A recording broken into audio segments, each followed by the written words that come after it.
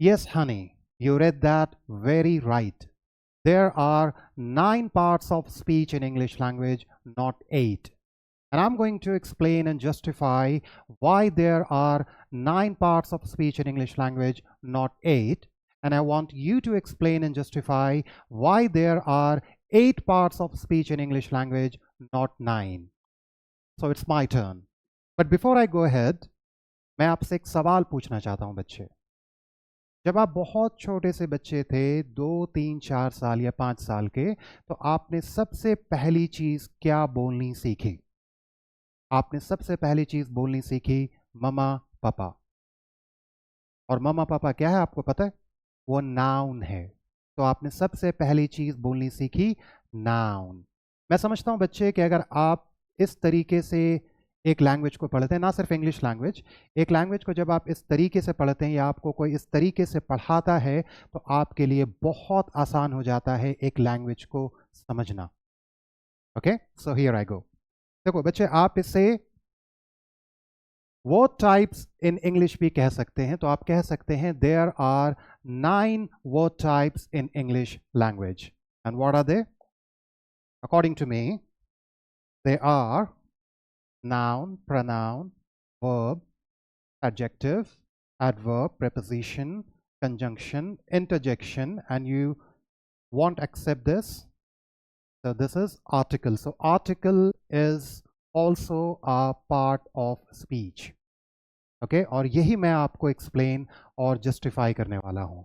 So for you to understand and accept कि सच में there are 9 parts of speech होते हैं, आपको सबसे पहले इस सेंटेंस को देखना है। और मैं चाहता हूं कि इस सेंटेंस में जितने भी पार्ट्स ऑफ स्पीच यूज हुए हैं, आप उसको नेम करें। Okay, there you go. So he is an excellent teacher. Okay, तो आप इसे कैसे नेम करेंगे? जो भी पार्ट्स ऑफ स्पीच इसमें यूज हुआ है, तो ही is a pronoun, is a verb, precisely helping verb, an article, precisely indefinite article, excellent, adjective, and teacher, noun, precisely common noun. आपने गौर किया कि आपने इस सेंटेंस में आर्टिकल को भी पार्ट ऑफ स्पीच यानी कि नेम किया, यानी कि वर्ड टाइप में आपने आर्टिकल को भी नेम किया। ओके, तो इस सेंटेंस में आपने along side all the parts of speech आपने आर्टिकल को भी नेम किया।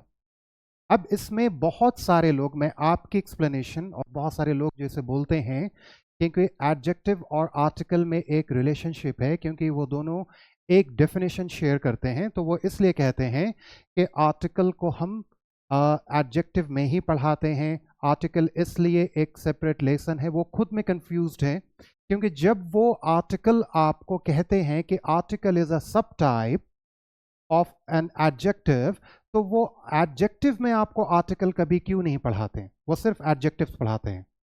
तो आर्टिकल एक सेपरेट टॉपिक क्यों है?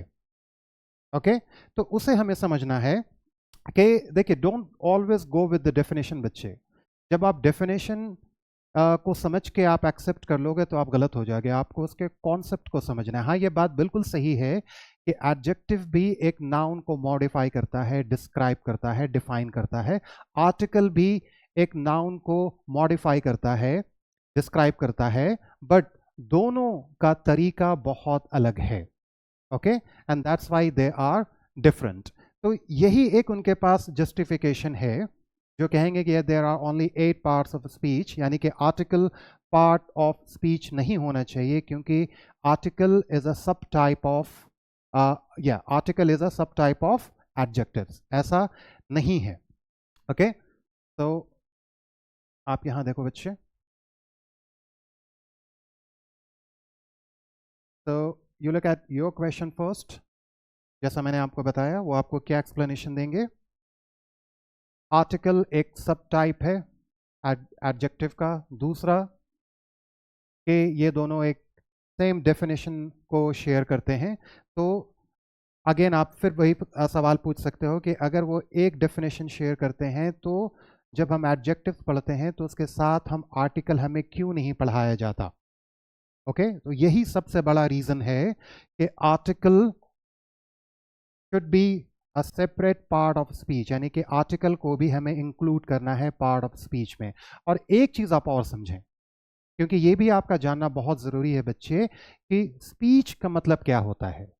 इंग्लिश में सिर्फ दो फॉर्म होते हैं, there are only two forms in the English language, speech and writing.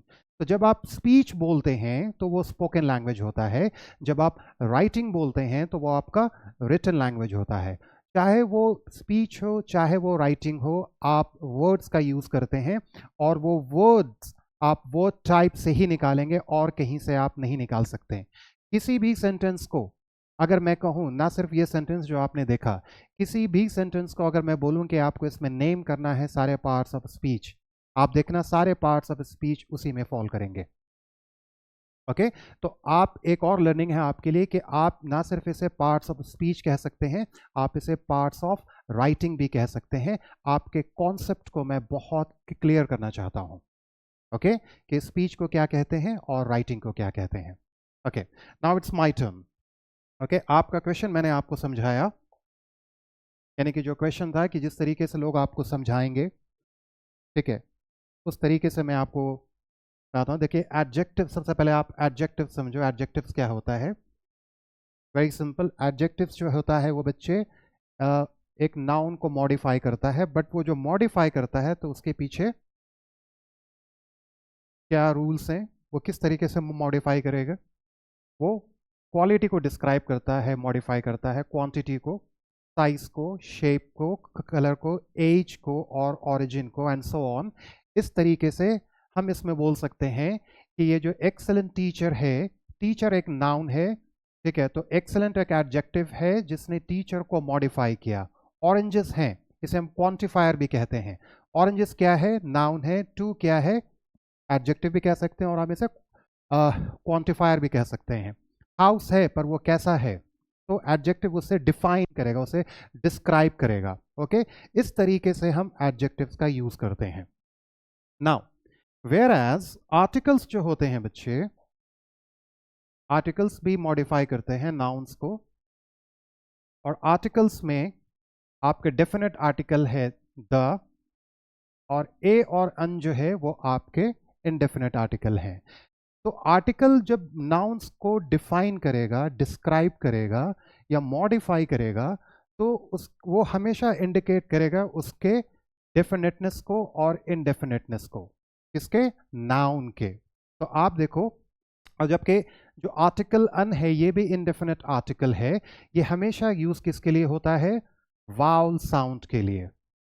Okay, look at the examples. Example number 1, the indicates, इसकी प्रोनाउंसिएशन दी भी होती है। जब मैं आपको आर्टिकल पढ़ाऊंगा तो आपको मैं उसमें ज़्यादा क्लैरिफाई करूंगा। तो द जो डेफिनेट आर्टिकल है, indicates a specific noun known to the listener. For example, अगर आपने द डॉग कहा, आपने डॉग क्या है? डॉग क्या है? नाउन है। जब आपने ये आर्टिकल यूज किया तो आपने मॉडिफाई किया। ओके, ये मैं आपको आर्टिकल में बहुत ज़्यादा क्लैरिफाई करूंगा कि हम किस तरीके से दा का यूज़ करते हैं, ए का यूज़ करते हैं और अन का यूज़ करते हैं। उसी तरीके से आप सेकेंड एग्जाम्पल देखो। ए क्या है? इनडेफिनेट आर्टिकल, तो यूज बिफोर अ कॉन्सोनेंट, ये हमेशा कॉन्सोनेंट्स के साथ यूज होगा। और ये क्या है? नॉन स्पेसिफिक है। कैट है, कैट क्या है? नाउन है, लेकिन यहाँ पे आर्टिकल क्या यूज हुआ है? ए, इनडेफिनेट आर्टिकल। तो ये नॉन स्पेसिफिक है। किस कैट के बारे में बात कर रहे हैं हमें पता नहीं, लेकिन हमें यहाँ पे पता है कि किस डॉग के बारे में हम बात कर रहे हैं। नाउ लुक एट दिस, ये भी इनडेफिनेट आर्टिकल है। ये हमेशा वाउल साउंड्स के लिए यूज होता है और ये भी हमेशा नॉन स्पेसिफिक होता है। Okay, for example an elephant. Okay, एक एलिफेंट है, बट वो कौन सा, किस एलिफेंट के बारे में हम बात कर रहे हैं हमें नहीं पता, तो ये नॉन स्पेसिफिक है। तो आपने देखा कि एडजेक्टिव्स में हम नाउन को किस तरीके से मॉडिफाई करते हैं, आर्टिकल्स में हम नाउन को किस तरीके से मॉडिफाई करते हैं। तो हम कह सकते हैं बच्चे कि इन दोनों का जो तरीका है मॉडिफाई करने का वो अलग है। So don't go with the definition. Now read this. Okay, तो So I believe the function and usage, इनके function और इनकी usage अलग हैं. That's why मैं हमेशा कहता हूँ don't go with the definition. Okay? इनके functions adjectives के, articles के, और इनके function और इनके usage ही इनके classification को अलग करता है, ना कि इनके definition को एक साथ करता है. Definition same हो सकता है but इनकी classification अलग है. तो इसलिए ये parts of speech जो हैं वो separate होंगे, separate part. Hence article is included in the parts of speech and therefore there are 9 parts of speech. Okay? आपके according there are 8 parts of speech, क्योंकि आर्टिकल आपको एक सेपरेट पढ़ाया जाता है. But according to me and according to many people there are 9 parts of speech in the English language. Okay, एक चीज का आप हमेशा ध्यान रखना कि जब भी आप कहीं पर भी देखोगे, ठीक है, आप वेब पे देखोगे, आप बहुत सारे बुक्स में भी आप देखोगे, अगर आपको ऐसा मिल सकता है कि 9 पार्ट्स ऑफ स्पीच में, ओके, आप इस तरीके से भी देखोगे, या तो सिर्फ आर्टिकल लिखा है या सिर्फ डिटर्मिनर लिखा होगा, या तो ये दोनों एक साथ आएगा. तो जब मैं आपको आर्टिकल पढ़ाऊंगा तो मैं आपको डिटर्मिनर भी पढ़ाऊंगा. ओके, ये भी आपके लिए बहुत इंपॉर्टेंट है. So both are acceptable. तो 9 पार्ट्स ऑफ स्पीच में जिस तरीके से वर्ड टाइप्स को हम नेम करते हैं, नाउन, प्रोनाउन, वर्ब, एडवर्ब, तो आप उसमें देखोगे या तो सिर्फ आर्टिकल भी लिखा हो सकता है, आर्टिकल डिटर्मिनर एक साथ लिखा हो सकता है, या सिर्फ डिटर्मिनर भी हो सकता है, and both are acceptable. And also note that articles are a type of determiner. एक टाइप होता है ये डिटर्मिनर का. ओके, तो वो मैं आपको ज़्यादा एक्सप्लेन करूंगा जब मैं आपको पढ़ाऊंगा. डिटर्मिनर फॉर इंस्टेंस मैं आपको बता देता हूं कि ऐसे वर्ड्स जो होते हैं हम इसे डिटर्मिनर्स कहते हैं, जैसे this, that, some, many and much and so on. इस तरह के वर्ड्स को हम क्या कहते हैं? डिटर्मिनर्स. नाउ कुछ टेक अवे पॉइंट्स हैं, ये भी आपके लिए बहुत इंपॉर्टेंट. ये शीट मैं आपसे शेयर कर दूंगा, बट मेरा एक्सप्लेन करना बहुत ज़रूरी था, जस्टिफिकेशन देना भी बहुत ज़रूरी था, ताकि आप सिर्फ शीट में आपको दे दूं, आप उससे शायद समझ ना पाओ. ठीक है, इसलिए मैंने आपको ये एक्सप्लेन भी किया है. Okay, so take away points क्या है? सबसे पहला आपने ये जाना कि whether we speak or write we always refer to what? Word types. And now you know word types हम किसे कहते हैं. Word types in English language क्या होता है? Parts of speech होता है, nothing else. Okay? The parts of speech, the other way around, हम इसे दूसरे तरीके से कह सकते हैं कि the parts of speech are nothing but different word types that we use in our daily conversation and writing. Right? That's very clear, and that's why they are called parts of speech. Okay? Now दूसरा take away according to me. Now अगर आपको अभी भी कोई confusion है, अभी भी doubts है कि नहीं मुझे अभी भी समझ में नहीं आया, you can always write to me. आप कमेंट बॉक्स में भी अपने क्वेश्चंस लिख सकते हो, अपने डाउट्स को मेंशन कर सकते हो, मैं उसे क्लैरिफाई करूंगा. तो according to me, with the explanation and justification, I can say there are 9 parts of speech, not 8. Okay? One thing you also have to remember that you will encounter either अच्छा ये मैंने आपको इसमें mention कर दिया. Sorry about that. Sorry about that. Okay? So now I would like to leave you with a question. और वो question क्या है जो मैंने आपसे सबसे पहले पूछा था कि according to me there are 9 parts of speech in the English language, not 8. ठीक है, सबसे पहला क्वेश्चन ये है, मैं ये भी आपको क्वेश्चन दूंगा. ठीक है, I want you to explain and justify why there are 8 parts of speech in English language, not 9. पहला. दूसरा, आप ये क्वेश्चन खुद से भी पूछ के देखना कि why is it always called the parts of speech, जो भी मैंने आपको ये क्लैरिफिकेशन भी दी है.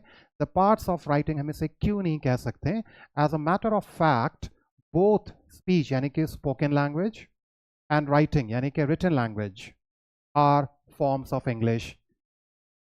Okay, so get this language right and everything will be all right, as I often say this. But more importantly, I want you to understand this, that always try to get the concept right, not just the definition. When you get the concept right, you can define anything very easily. You can define anything right. Okay, so I hope कि मैंने आपको explain किया, मैं आपको justify कर पाया कि there are 9 parts of speech in English language, not 8. Okay, if you still have any confusion, any doubts, write in the comment box. I will certainly respond. Thank you so much. Have a good time, and thank you so much for your patience. Thank you.